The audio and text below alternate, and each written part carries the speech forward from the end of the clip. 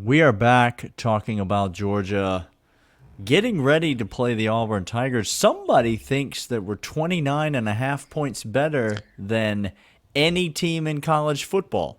That's weird. That's weird. Georgia's got some deficiencies, and they're on the defensive side of the ball, a few of them. We're going to talk about that today on the Locked On Bulldogs podcast. You are Locked On Bulldogs, your daily podcast on the Georgia Bulldogs. Part of the Locked On Podcast Network, your team every day.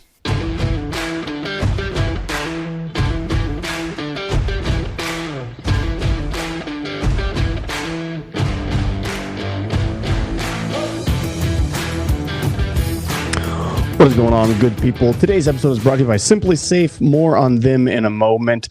This episode is also brought to you by how to fix our insanely error-prone defense. Because, Daniel, it was bad. We're going to start off with a high note. I'm going to get to, in segment one, a player that is already just creeping his way right here into my heart, making me feel all the feels, and I got all the respect in the world for him. We're going to talk about him, and then we're going to talk about our defensive secondary, which, Daniel, I don't know if you saw the game on Saturday. It's bad. It's bad. We said it was the strongest group this entire team. Your favorite Georgia player of all time plays in the secondary. Two of the three best defensive players. Tell you what, he doesn't make that. He doesn't make that tackle on the one. We lose the game. Just don't tell you that right now. Well, you're right about that. Okay. You mean the guy he was chasing? Look. It wasn't his fault to begin with. Let's not talk about it. And then we're going to talk about other deficiencies all along this defense, and maybe call out some players. The third segment I got to get back to. It's on the offensive side of the ball, but we didn't cover it from yesterday. You were supposed to remind me. But you didn't. You remember? No, I didn't. Your rants tend to just kind of go on. Well, Daniel. Yeah, that's true. Let's start with here. Here's what I want to talk about. I want to start here. Let's start off on a high note. Dumas Johnson. Is that dude. He's that Dumas Johnson. He is everything that you want in a linebacker. That's right. And more. You saw him getting after people on the sidelines, Daniel, when they were missing assignments. You saw him freakishly. That's called leadership. It's called leadership. When somebody isn't doing what they're supposed to and as dragging down everybody else, you call them to rise to their position and do the job, trust and care for the rest of the team, and cooperate in the common goal. What else does he do? He tracks down opponents like they are gazelle on the Serengeti. That's called speed. He's got that. And when he gets there, he produces insane impact, like a meteor just hitting a one of the 9 moons on a distant planet. Like it is his birthday party, Daniel. He don't care about nothing. He has the power. He has the speed. He has the leadership. He has everything you want in a linebacker. This cat is it. And if you saw him flying around on Saturday and you were not impressed with him, because this is what's the most impressive. Daniel, it wasn't like he was shining because 10 other guys on defense were all doing their jobs so insanely well that he was cleaning up. It's not. That wasn't the case at all. That wasn't the case. He was a shining star amongst a whole lot of dim bulbs. But let me also, I want to parlay onto this first segment where, before we get to the deficiencies, I do want to give some credit where credit's due to another aspect of the defense, one that I was pretty down on after the Kent State game, but I thought the D-line played particularly inspired on Saturday. They were pushing people back, Daniel. They were moving the line of scrimmage. Now, were there some gashes in the run game? Absolutely there were. But I thought, by and large, I thought Zion Logue, I thought Nazir Stackhouse, I thought Bear Alexander, I thought Nolan Smith on the edge. I thought these guys on the defensive front played pretty darn well. They did. Good enough on Saturday. And I thought Dumas Johnson benefited a little bit from that. When the defensive line is moving people, the linebackers are much more free. You wonder why those linebackers looked so good last year. Well, it is because All three of them were insanely talented. But it's also because you had guys up front doing their job. That helps the linebacker out more than anything. And so credit to the defensive line for doing that, Clint. But the problem area of this defense was in the back end, in the secondary. And that's what we're going to talk about when we come back. It's safe to say that the defense was not simply. I tried to make a SimpliSafe reference. You see what I tried to do there? I see what you attempted to do. Let me help you out. SimpliSafe is the place that you're going to go to secure your home. There it is. Here we go. You did it. The defensive backs secured nothing that belongs precious to them on Saturday. That's accurate. The numbers don't lie. In the last decade, over 4 million people have chosen SimpliSafe Home Security to protect their home. You don't earn the trust of that many people without doing something right. At SimpliSafe, your safety is the only thing that matters. We know because they're fantastic at what they do, protecting your house, including secure technology, powered by 24/7 professional monitoring. I had a SimpliSafe before. They are fantastic. They do the job right. And what I like about them is that, again, just how easy it is to set up at your house. You don't need these technicians coming in that think they know doing a job. They're not. It's got 24/7 professional monitoring. SimpliSafe agents call you the moment a threat is detected and dispatch police and first responders in emergency. Customize the perfect system to your home in just a few minutes at simplisafe.com/lockedoncollege to get 20% off your SimpliSafe security system when you sign up for an interactive monitoring plan and get the first month free. Let's visit simplisafe.com/lockedoncollege to learn more. That's simplisafe.com/lockedoncollege. Security. That was the thing. I saw where you're going, Daniel. No, I saw what you're doing. Particularly, the secondary did not care anything about security when it came to catching interceptions, Clint. I'm not sure when the ball is thrown at you. Some were more egregious than others, but there were 3 interceptions that could have been three secured. picks now, Georgia dropped. turned the ball over 2 times, one of which we talked about yesterday was not Georgia's fault. Just a defender made a play. That's just Great a play that him. happens in football. The other one was an egregious error by Stetson Bennett and something that we hope we never see again. Ever. But Georgia still could have won the turnover battle, and that would have significantly impacted the score of the game. Christopher Smith, because we're going to kind of go through individual players, but this is where I want to start. Because he's the leader, Daniel. He's the alpha back there. And he's the best one. He's the best football player. He's not just the oldest guy. Nope. He's not just the most experienced guy. He's the best football player in the secondary. And he had a ball just hit him in the breadbasket. And it looked like he was afraid that Malachi Starks' or Kamari Lassiter or whoever's back was going to run into him. I don't know. And so he just alligator armed that thing. Like, when the ball's in the air and you have a chance to get it, these are the plays that Georgia's been making, not just this season, but last season, for the last few years. These are the plays we are accustomed to seeing Georgia make. We have to have a secondary that is opportunistic. Now, Malachi Starks' ball that he dropped would have been another very impressive interception had he come down with it. Maybe not as impressive as his first one, but would have been a very impressive interception. And then the third one, I'm not even going to count as a drop because it was a diving play made by, I think, a linebacker. His hands were on it. I think it was Dumas Johnson, or it was. I think it was a linebacker, and he was diving for the ball. He did a good job to deflect that ball. I'm going to give that.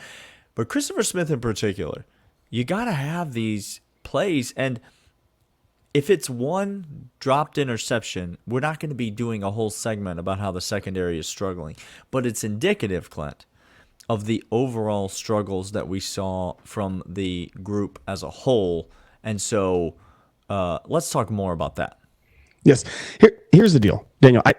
I don't know how to say this in any other terms because it's not egregious as in these guys are like number 2 from Arkansas against Alabama that we saw. just not up to snuff, not up to par. That Daniel, guy, by the way, getting a lot of run on this podcast this week. a lot of Your run. boys had some money invested in the game. So much money invested in that game. It did not go our way. We did not cover. Daniel? No. No. That's a no. No. No. Kamari Lassiter, I think I would have given him a C if we were handing out grades for this game. The picks, the turnovers, you got to be opportunistic because, again, if you look at the stats, Daniel, our yards per play and our success rates on offense and defense were actually very high. We had a very successful game on all those metrics, except for kicking field goals in the red zone, turning the ball over twice, and not getting interceptions and allowing Missouri to have these stupid dink and dunk and a couple of big breaks, one bomb and one long run. That was the difference in the game. If we pick off those passes, we stop them, and we get those touchdowns, this game easily flips because of the success rate to 45 points in our favor, Daniel. Yeah, it's out of hand the other way. Yeah, the other way. Okay. Now, I don't know what he thought. I don't know if he didn't think Luther was not up to par or it was Mizzou and so he could take a day off, but Keely Ringo was non-existent in this game, Daniel. He was non-existent in coverage, in run support. Nothing he did reminded me of Keely Ringo, the top 5 pick in draft, lockdown corner, all-world athlete that I know him to be. That's right. What? He really has shown some disturbing trends of some deficiencies in coverage.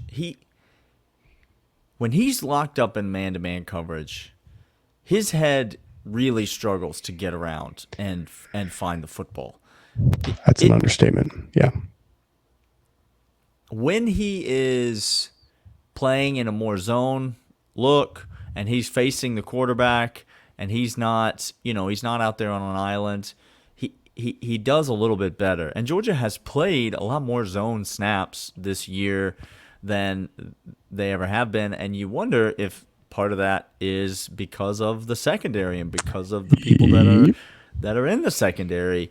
And you think maybe it's to protect a young corner like Kamari Lassiter and a young safety like Malachi Starks, but maybe it's to protect some other guys as well, like Keely Ringo. He does have all the attributes of a top 5 pick, as you said. All of them. But he's got a lot of growth that needs to happen in him, and that's kind of... I don't think we have to pump the brakes on the... I said yesterday, and I maintain, Georgia's not the best team in the country right now, and that's okay. And that's Georgia fine. doesn't have to be the best team in the country.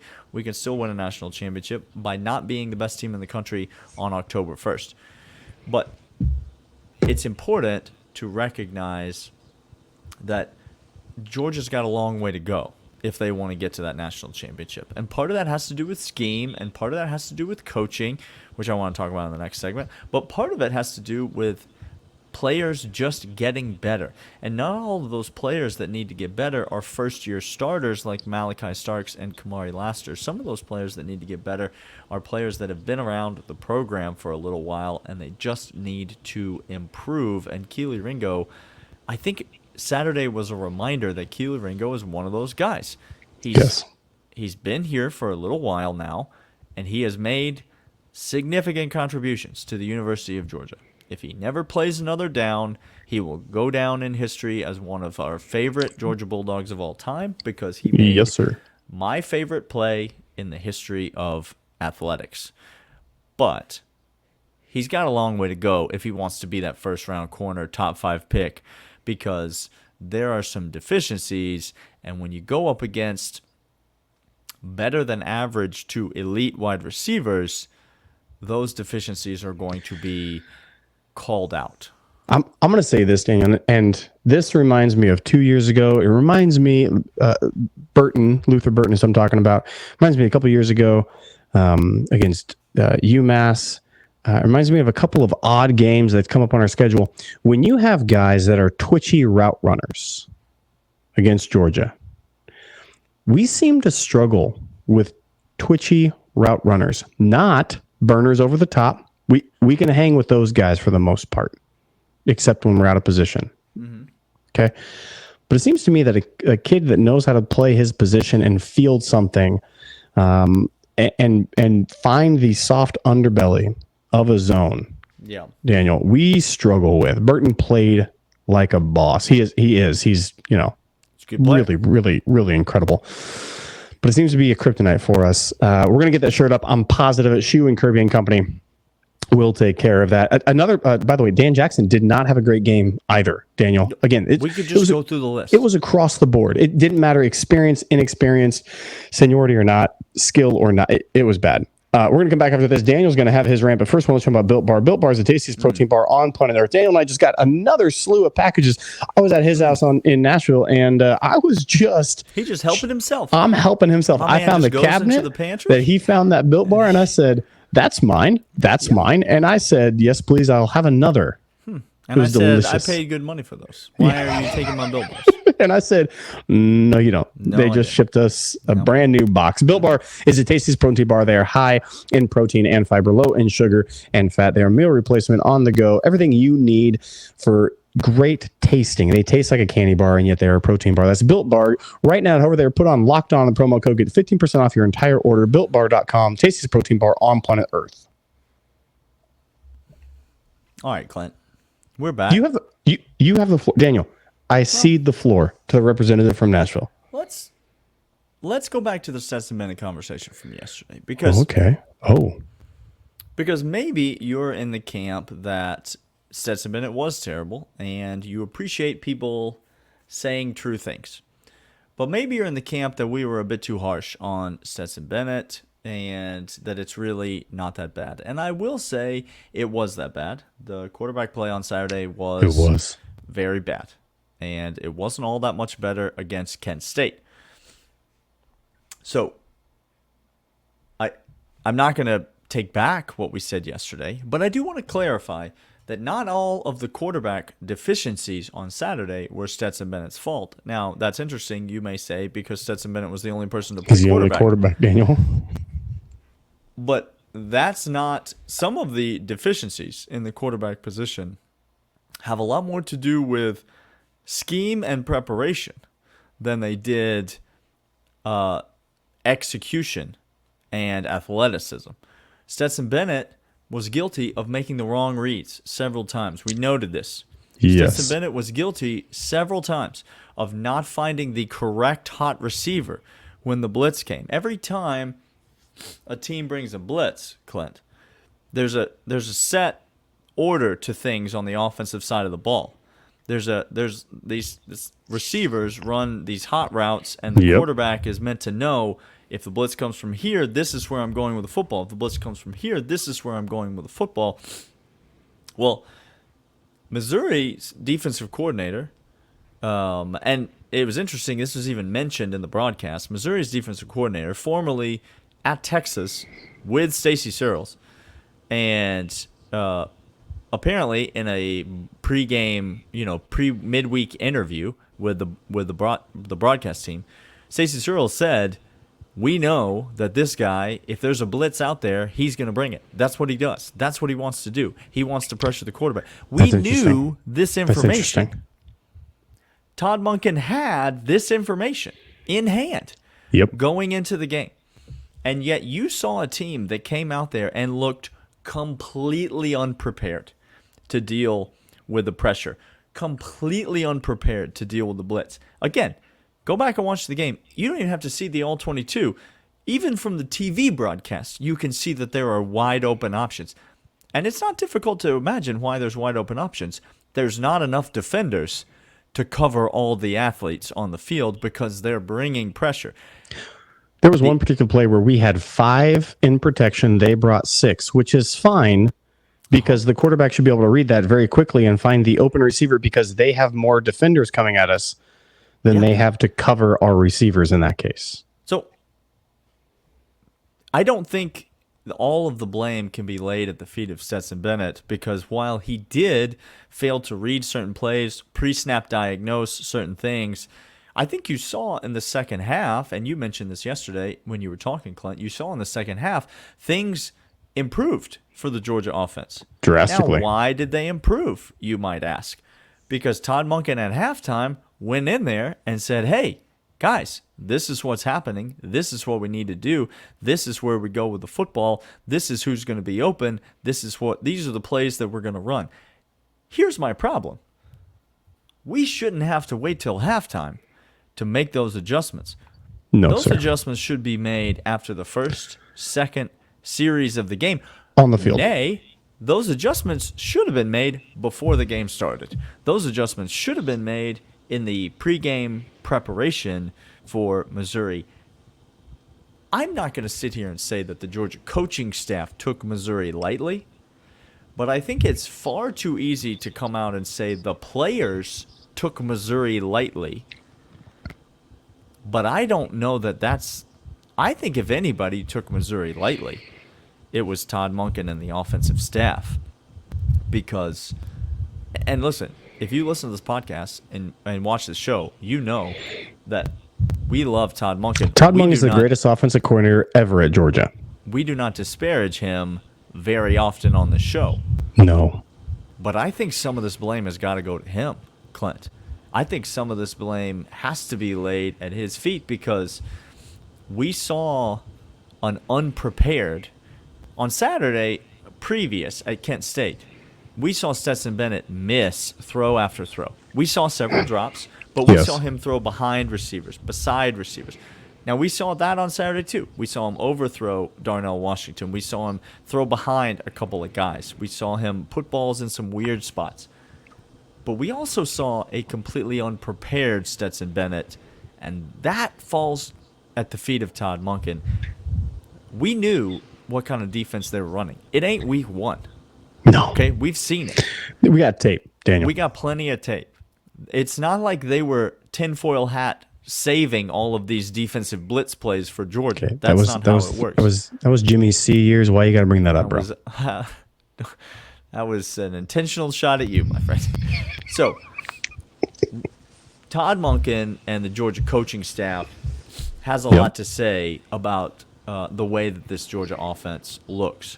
Do we need the athletes to make plays? Do we need the wide receivers to step up? Do we need Ladd McConkey to freaking catch every ball that's thrown at him, not just the ones that he's that are convenient for him? Yes, we do. For the love of God, do we need A.D. Mitchell to come back? Please. Please, A.D. I can't. We need We need you to come back. But what we also need is for the coaching staff to draw up a better game plan because Stetson Bennett and the offense was thrown to the wolves a little bit. They were, Daniel. On Saturday. Kent State, a little bit of throttling back on purpose. Mizzou, throttling back not on purpose, but of oversight. And I completely agree with you. This next week, Daniel, gosh. Oh, is anything happening on Saturday? When you talk about the Jordan Hare residents, the plainsmen from plains of hawk bird places. The Great Plains region of our country, I believe. Not the mid. Don't call them. They're not from the Midwest. They're from the Great Plains men. Tiger Eagle. Yes, sir. Yeah, I don't think we're going to overlook this game, Daniel. Well, you'd like to think we wouldn't, but 29.5 points, Clint? That's stupid. All right. We got a little bit of a different schedule this week. We're actually going to come back tomorrow with our locks. We're going to do a little Wednesday locks here. We got you. So, because I can't wait any longer to talk about Georgia being favored by 29.5 points, Clint. I need to discuss it. So let's do that tomorrow on the Locked On Bulldogs podcast. See ya.